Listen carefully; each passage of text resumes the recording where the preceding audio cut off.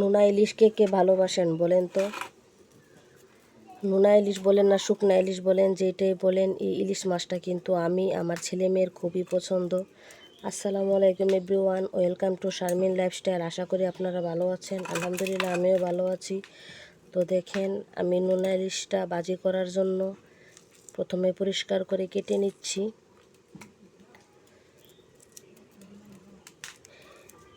এই ইলিশ মাছটা দিয়ে অনেক রেসিপি তৈরি করা যায়, কিন্তু আমি আজকে আপনাদেরকে একটা রেসিপি শেয়ার করব। যদি কারো ভালো লেগে থাকে তাহলে ট্রাই করে দেখবেন। দেখেন, ইলিশ মাছগুলো আমি খুব ভালোভাবে পরিষ্কার করে ধুয়ে নিয়েছি। অনেকে অবশ্যই এই মাছটা লবণে তিতার জন্য খেতে চায় না, কিন্তু এই মাছটা কেটে কিছুক্ষণ ভিজিয়ে রাখলে লবণের তিতো যে ভাবটা, ওই ভাবটা কমে যায়। আর এই মাছটা ভাজি করার জন্য আমি প্রথমে পেঁয়াজ রসুন একসাথে নিয়ে থেতো করে নেব। পেঁয়াজ রসুনটা বেটে দিলে কিন্তু এটার মজাটা তেমন একটা হয় না। এই যে দেখেন, রসুনের পরিমাণটা একটু বাড়িয়ে দেব। একটু থেতো করে নিলে রসুনটা খেতে খুব মজা হয়। এই যে এখন এগুলো আমি ছেঁচে নেব।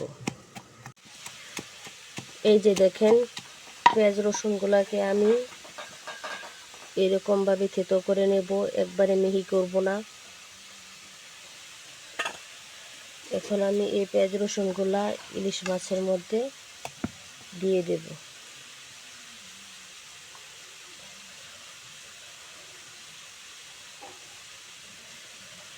এই রেসিপিটা একবার খেয়ে দেখবেন। এই মাছটা যদি কেউ পছন্দ করে থাকেন তাহলে আমি আশা করব এই রেসিপিটা মুখে লেগে থাকবে। এবার একে একে আমি এর মধ্যে দিয়ে দেব মরিচের গুঁড়া, হলুদের গুঁড়া, সামান্য একটু লবণ। এটুকু দিয়ে ভালোভাবে মেখে নেব।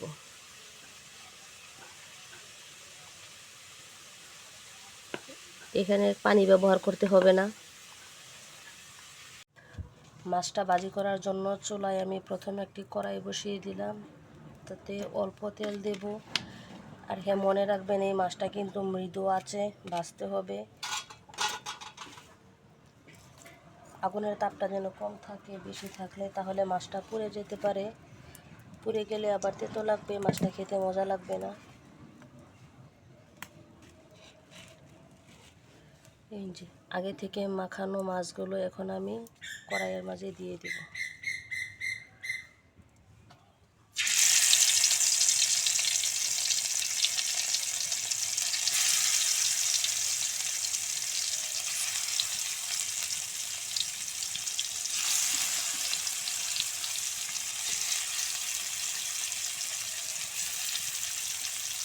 দেওয়ার সময় মাছের গায়ে এভাবে পেঁয়াজ রসুনটা মাখিয়ে মাখানো অবস্থায় দিবেন, যেন মাছের গায়ে এভাবে লেগে থাকে।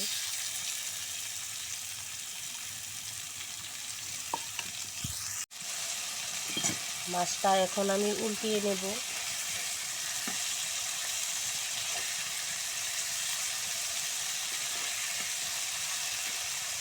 এভাবে মাঝে মাঝে উল্টাপাল্টা করে দিতে হবে মাছটা হওয়ার আগ পর্যন্ত।